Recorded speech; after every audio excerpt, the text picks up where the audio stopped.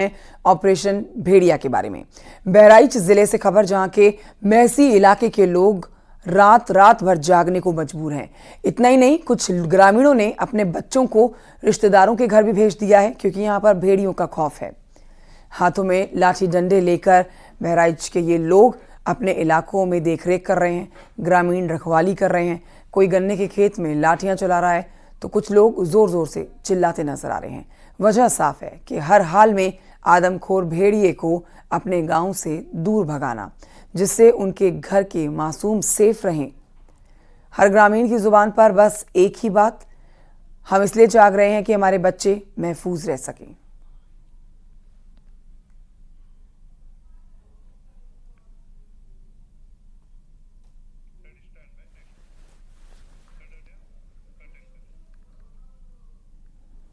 तो बहराइच में आदमखोर भेड़ियों की तलाश लगातार जारी है।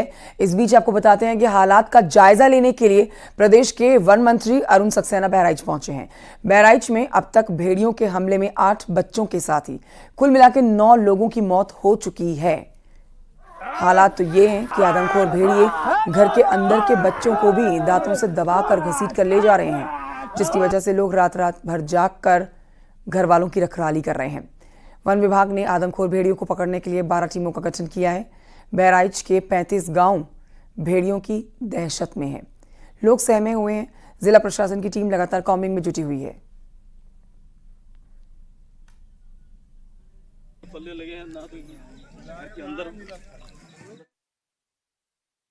अभी तक यह है कि हम लोग उसे ट्रेस कर रहे हैं और हमें उम्मीद है जल्दी और पकड़े जाएंगे। उसको ट्रेस करें, ड्रोन से ट्रेस करें और उसको चाहे जाल लगा के पकड़ें या ट्रैंकुलाइज करें, जैसे भी है हमें उसे पकड़ना है। और लोगों को ये आग्रह करना है कि खुले में मत रहो, बच्चों का ख्याल रखो और बच के रहो। तो बहराइच में आदमखोर भेड़ियों की तलाश अब ड्रोन की मदद से भी की जा रही है, लेकिन ड्रोन के जरिए जंगलों के चप्पे चप्पे में निगरानी की जा रही है। वन विभाग की 12 टीमों को आदमखोर भेड़ियों की तलाश में लगाया गया है। इस दौरान उन्हें ड्रोन कैमरे में जंगल के बीच घूमता हुआ देखा भी गया है। ये तस्वीरें आप ड्रोन कैमरे के माध्यम से ली गई देख रहे हैं।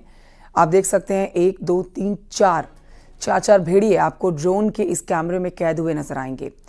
इसके साथ ही आपको ये भी जानकारी दे देते हैं कि 2 आदमखोर भेड़िए हैं जिनको पकड़ने में कामयाब हुए हैं वन विभाग के ऑफिसर्स, लेकिन आशंका जताई जा रही है कि अभी भी कई और आदमखोर भेड़िए हो सकते हैं, जो इस समय बहराइच के लोग, क्या कहिए कि 35 गांव के लोगों को डरा रहे हैं, जिसके लिए कॉम्बिंग लगातार जारी है।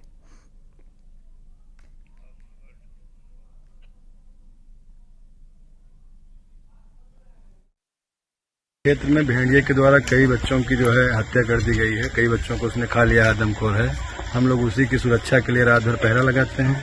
हमारे क्षेत्र के विधायक रात भर घूमते हैं, हम लोग सारी रात घूमते हैं कि हम लोगों की रक्षा हो सके, हम लोगों के बच्चों की रक्षा हो सके। बच्चों को बचाने के लिए खेत में आते जगह करते हैं, हाँ, ताकि हमारे बच्चे सुरक्षित रह सके। हम लोगों को, सब लोगों को जागरूक करें। अपनी सुरक्षा में डंडा भी रखना जरूरी है। बाय द वे कोई जानवर हमें मिलता है तो फिर अपनी सुरक्षा में हमको रहना जरूरी है, और हर घर को हम जागरूक कर रहे हैं। तो देखिए, आदमखोर भेड़ियों से लोगों को बचाने के लिए बहराइच के गांव में अनाउंसमेंट भी कराई जा रही है। माइक और लाउडस्पीकर के जरिए गांव-गांव में लोगों को इस बात की सूचना दी जा रही है कि अपना बचाव करें, बच्चों को घरों से दूर खेलने के लिए ना भेजें। साथ ही शाम होने के बाद बड़े लोग भी सतर्क हो जाएं और घर के आसपास रोशनी रखें। किया जा रहा है। आप सभी से आग्रह है कि सायकाल एवं रात्रि में बच्चों को अकेला न छोड़े एवं बहुत आवश्यक होने पर ही रात में घर से बाहर निकले। घर के भीतर बंद दरवाजे में ही सोएं। डरे नहीं, सावधान रहें। जी हाँ, डरे नहीं, सावधान रहें, खुद सचेत रहें। तो बहराइच में भेड़ियों के आतंक का आलम अब ये हो चुका है कि मोर्चा संभालने के लिए उस इलाके के विधायक साहब सुरेश्वर सिंह अपनी लाइसेंसी राइफल लेकर खुद लोगों के साथ कॉम्बिंग में जुटे हुए नजर आए। ये देखिए तस्वीरें आप देख रहे हैं। उन्होंने मुख्यमंत्री को पत्र लिखकर आदमखोर भेड़ियों को गोली मारने की परमिशन भी मांगी है। वहीं आपको बताएं कि जिलाधिकारी मोनिका रानी भी लगातार आदमखोर भेड़ियों की दहशत से प्रभावित गांवों का दौरा कर रही हैं। पीड़ित लोगों को सुरक्षा का भरोसा देने में जुटी हुई हैं।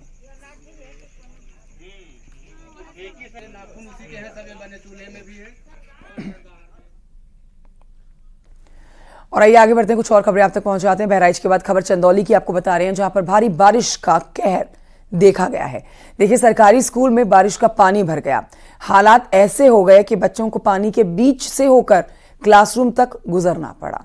बारिश का पानी पूरे स्कूल परिसर में फैला हुआ है। ये देख सकते हैं आप, बारिश का पानी पूरे स्कूल परिसर में आप देख पाएंगे। ना सिर्फ स्कूल के बच्चे बल्कि टीचर भी परेशान हैं इससे।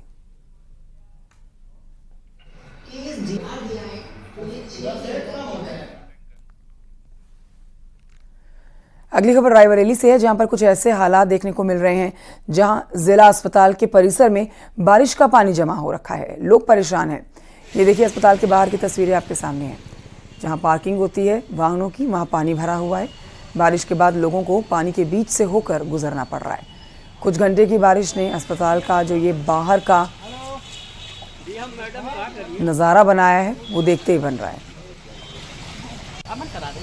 ये तस्वीरें आपके सामने रायबरेली से हैं, जहां आप देख सकते हैं ये अस्पताल के बाहर की तस्वीरें हैं। अमूमन यहां पर आप गाड़ियों को खड़े हुए देखते हैं कि ये पार्किंग एरिया बन जाता है जब लोग अपनों की यहां पर अस्पताल में इलाज कराने के लिए उनको लेकर आते हैं। लेकिन इस समय सिर्फ और सिर्फ पानी आप देख पाएंगे। पानी भी आप देखेंगे, जो वाहन पानी से गुजर रहे हैं उनके टायर लगभग पानी में डूबे हुए ही नजर आ रहे हैं।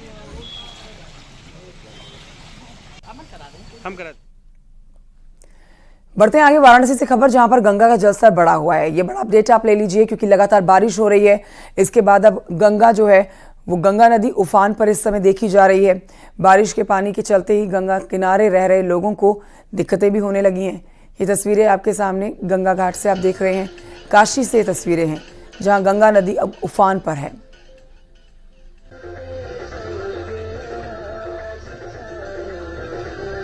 तो उत्तर प्रदेश के कई जिलों से ऐसी ही तस्वीरें सामने आई है। कुछ ही घंटों की बारिश ने कई इलाकों को जलमग्न कर दिया है। लोगों की जीने की व्यवस्था पूरी तरह से चौपट होती हुई बारिश के बीच में नजर आ रही है। वाराणसी की तस्वीरें आपके सामने, काशी की तस्वीरें आप देख रहे हैं, जहां पर पानी का जलस्तर, गंगा का जो जलस्तर है वो बढ़ा हुआ है। और आसपास के जो लोग हैं जो यहाँ पर रह रहे हैं उनको भी चेतावनी जारी कर दी गई है कि जलस्तर और बढ़ सकता है अगर बारिश यूं ही होती है तो।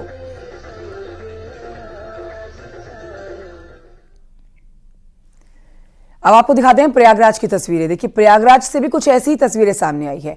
गंगा नदी और यमुना नदी उफान पर है।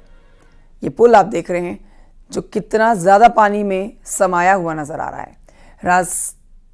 प्रयागराज से तस्वीरें, पूरे उत्तर प्रदेश में तेज बारिश हुई है, जहां ना सिर्फ प्रयागराज, वाराणसी, हर जिले की तस्वीर आपको दिखा रहे हैं। तो कुछ ही घंटे की बारिश जो लोगों के जीवन में कितना बड़ा असर डाल जाती है, चाहे दफ्तर जाने वाले लोग हों, चाहे स्कूल जाने वाले बच्चे हों, चाहे कॉलेज जाने वाले युवा हों, हर कोई इस बारिश से प्रभावित हुआ है। वाराणसी और प्रयागराज की दो तस्वीरें आपके टेलीविजन स्क्रीन पर हैं।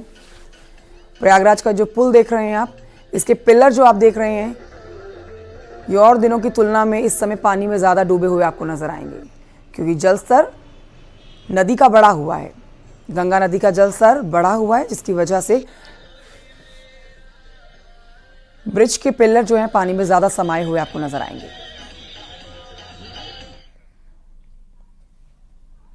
और खबर अब दिल्ली से है, जहां पर तेज बारिश पूरी रात हुई है। इस पर अपडेट आप ले लीजिए कि दिल्ली के अलग अलग इलाकों में बारिश के चलते गाड़ियों की रफ्तार धीमी पड़ गई है। कई जगहों पर रफ्तार पूरी तरह से थमी हुई भी नजर आ रही है। तस्वीरें आपके सामने, बारिश की कई इलाके जो हैं बारिश होने के बाद वो पानी से भरे हुए नजर आ रहे हैं। देर रात से जारी बारिश इस समय भी हो रही है और लोगों की समस्याएं बढ़ गई हैं, क्योंकि देखिए अब समय हो गया है लोगों के दफ्तर जाने का, बच्चों के स्कूल जाने का, युवाओं के कॉलेज जाने का। तो ऐसे में हालात आप खुद देख सकते हैं। दिल्ली के कई इलाके ऐसे हैं जहां से ऐसी ही तस्वीरें सामने आई है। खासतौर पर वो एरिया जहां पर अंडरपास है या फिर ब्रिज है ऊपर, नीचे के इलाकों में पूरी तरह से पानी भरा हुआ है, जहां गाड़ियों की रफ्तार धीमी पड़ गई है।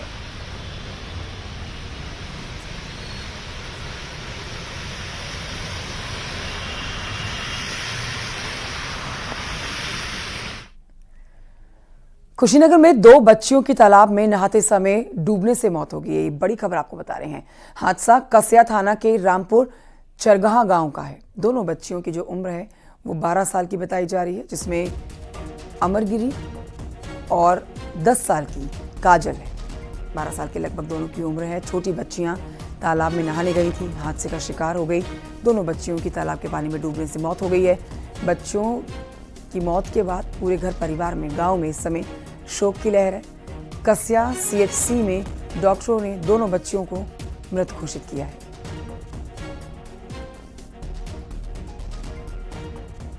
कसिया पर जरिए CHC मेमो सूचना प्राप्त हुई कि 2 नाबालिग बच्चियों का शव हॉस्पिटल पर लाया गया है। सूचना पर थाना स्थानीय द्वारा तत्काल हॉस्पिटल पहुंचकर जांच शुरू की गई। जांच के क्रम में यह तथ्य सामने आया कि दोनों बच्चियां जो थाना क्षेत्र अंतर्गत की रामबर्ग चरगाहा ग्राम में वहीं तालाब में बाकी बच्चों के साथ नहा रही थी, जिससे नहाने के दौरान दोनों की डूबने से मृत्यु हो गई है। परिजनों द्वारा दोनों का शव हॉस्पिटल पर लाया गया। जांच के क्रम में परिजनों द्वारा एवं स्थानीय लोगों द्वारा इसकी पुष्टि की गई कि दोनों बच्चियों के नहाते समय डूबने से मृत्यु हुई।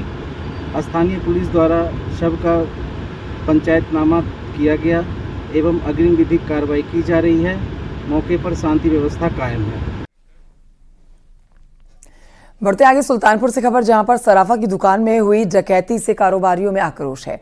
ADG law and order SB Shiradkar Sultanpur पहुंचे हैं और अधिकारियों से बातचीत की गई है। IG प्रवीण कुमार भी सुल्तानपुर में पहुंचे हुए नजर आए। STF की टीम भी जांच पड़ताल में जुटी हुई है। नगर कोतवाली इलाके के ठठेरी बाजार में सराफा कारोबारी भरत जी सोनी की दुकान में डकैती हुई है। तस्वीरें आप देख रहे हैं। बदमाश नकाब और हेलमेट लगाकर पहुंचे। हथियारों के बल पर बदमाशों ने पूरी दुकान खंगाली, सोना चांदी और कैश बैग में भरकर फरार हो गए। पूरी वारदात CCTV कैमरे में कैद भी हुई है। पुलिस CCTV फुटेज के जरिए बदमाशों का सुराग तलाशने की कोशिश कर रही है। पुलिस की कई टीमें इस समय बदमाशों की धरपकड़ के लिए लगाई गई है। आसपास के जिलों की पुलिस को भी अलर्ट किया गया है।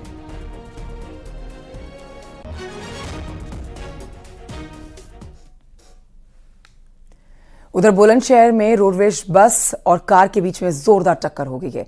इस हादसे में 5 लोग गंभीर रूप से घायल हुए हैं। इलाज के दौरान इसमें से कार सवार एक शख्स की मौत भी हो गई है, जो जानकारी मिल रही है। 4 लोगों को निजी अस्पताल में इलाज इस समय भर्ती कराया गया है। इलाज के लिए अस्पताल सफदरजंग में इनको रेफर किया गया है आगे, क्योंकि हालत नाजुक बनी हुई है। कार में 5 लोग सवार थे, एक की मौत हो गई है। बताया जा रहा है कि लोग छतारी से दिल्ली जा रहे थे और इस दौरान थाना खुर्जा देहात के निकट धपरा बिजली घर के पास में यह हादसा हो जाता है। पुलिस ने रोडवेज बस को कब्जे में ले लिया है, वहीं आरोपी ड्राइवर फरार है।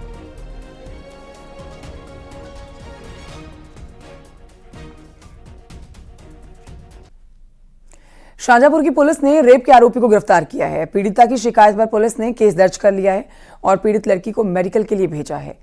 रेप के आरोपी को पुलिस ने तिलहर इलाके में गिरफ्तार किया।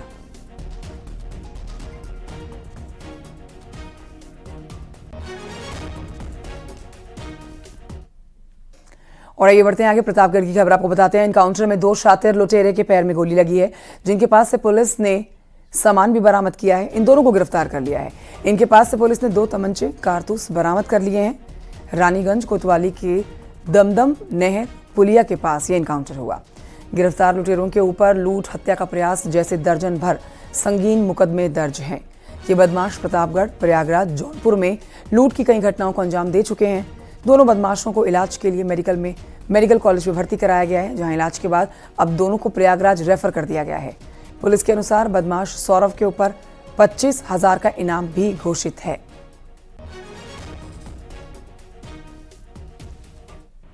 ये रानीगंज थाना क्षेत्र से 2 लूट के मुकदमे में वांछित थे। सौरभ के ऊपर 25,000 का पूर्व से इनाम भी था और इनके ऊपर करीब 1 दर्जन लूट के हत्या के प्रयास के मुकदमे दर्ज हैं। मुठभेड़ के दौरान इनके पास से 2 तमंचे 315 बोर के और 312 बोर के खोखा कारतूस और जिंदा कारतूस बरामद हुए हैं एवं लूट की घटना में प्रयुक्त एक मोटरसाइकिल भी बरामद की गई है और इनकी आपराधिक इतिहास की जानकारी की जा रही है। क्या ये हम सब जानते? हाँ, ये आसपास के जिलों में प्रयागराज और प्रतापगढ़, जौनपुर इत्यादि जिलों में इन्होंने लूट की घटनाएं कारित की है। बढ़ते आगे ग्रेटर नोएडा से खबर है, जहां एक परिवार को बंधक बनाकर लूटपाट करने का मामला सामने आया। 4 नकाबपोश बदमाश हथियार लेकर घर में घुसते हैं और बदमाशों को घर वालों को बंधक बनाते हैं बदमाश, जिसके बाद घर में रखा हुआ सारा कैश गहने लेकर ये बदमाश फरार हो गए हैं। घर की हालत क्या कर दी है वो आप देख सकते हैं। घटना इकोटेक 3 थाना इलाके के सरस्वती एनक्लेव की है। पुलिस ने आरोपियों को पकड़ने के लिए 3 टीमों का गठन किया है।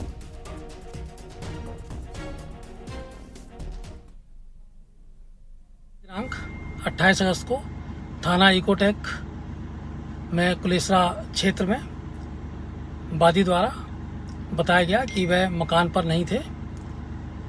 उनके नीचे रहने वाले किराएदार के पास 3 अज्ञात बदमाश अंदर घुस आए। एक बदमाश बाहर निगरानी कर रहा था। उनमें से एक ने तमंचा दिखा करके उसकी गुल्लक छीन ली, जिसमें लगभग 200-300 रुपये थे। लूट में तहरीर के आधार पर अभियोग पंजीकृत कर किया जा रहा है। गाजियाबाद में एक महिला ने एसिड अटैक की शिकायत पुलिस से की है। पुलिस ने जब अपनी जांच आगे बढ़ाई तो पूरा राज खुल गया। दरअसल प्रियंका नाम की ये महिला, जिसकी शादी 2018 में अर्पित कौशिक नाम के लड़के से हुई थी, कुछ दिन सब कुछ सही रहने के बाद दोनों के बीच में अनबन होने लग गई। इस बीच प्रियंका की नजदीकी पुलकित नाम के एक व्यक्ति से बढ़ गई, जिसके कारण प्रियंका ने अर्जित से छुटकारा पाने के लिए एसिड अटैक का प्लान बनाया। पुलिस ने आरोपी महिला को गिरफ्तार कर लिया है। घटना की जब गहराई से पड़ताल की गई, सीसी फुटेज देखा गया और सर्विलांस का सहारा लिया गया, तो पता लगा कि यह प्रियंका शर्मा द्वारा अपने 2 अन्य साथियों की मदद से पूरी घटना बनाई हुई है और अपने ऊपर खुद अपने साथियों की मदद से एसिड डलवाया गया है और इनको फंसाने के लिए, इनको जेल भेजने के लिए ये पूरी चीज़ें की गई थी। पूरा इसका पर्दाफाश हुआ है। प्रियंका सहित दोनों जो और अभियुक्त है इसमें सबको गिरफ्तार किया गया है और सबको जेल भेजा जा रहा है। खबर आगरा से, जहां पर रेप का मामला सामने आया है। महिला ने अपने ही गांव के एक लड़के पर रेप का आरोप लगाया है। पुलिस ने यहां पर मुकदमा दर्ज कर लिया है। आरोपी की तलाश में जुटी है पुलिस का दावा है कि जल्द ही आरोपी विष्णु को गिरफ्तार करके जेल भेजा जाएगा।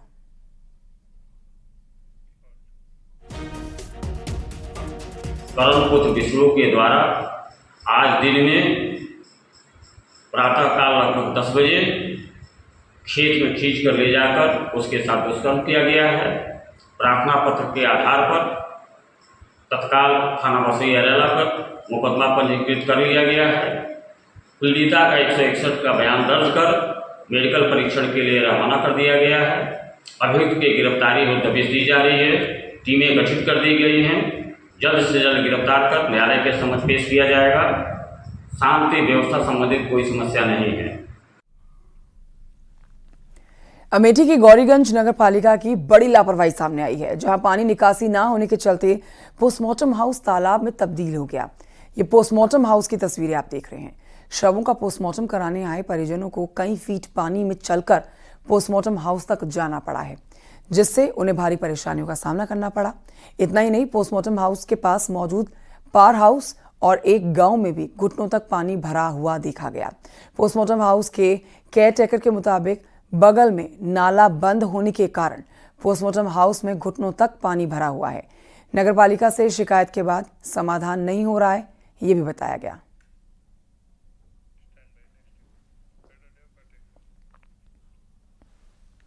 अमेठी की बात खबर झांसी से, जहां पर मोबाइल पर बात कराने को लेकर 2 पक्षों में कहासुनी होगी। मामला इतना बढ़ गया कि एक पक्ष ने तमंचे से जमीन पर फायर कर दिया, जिससे दुकान में बैठे एक लड़के की पैर में गोली लग गई। घायल का अस्पताल में इलाज चल रहा है। पुलिस ने फायरिंग करने वाले 2 आरोपियों की शिनाख्त कर ली है।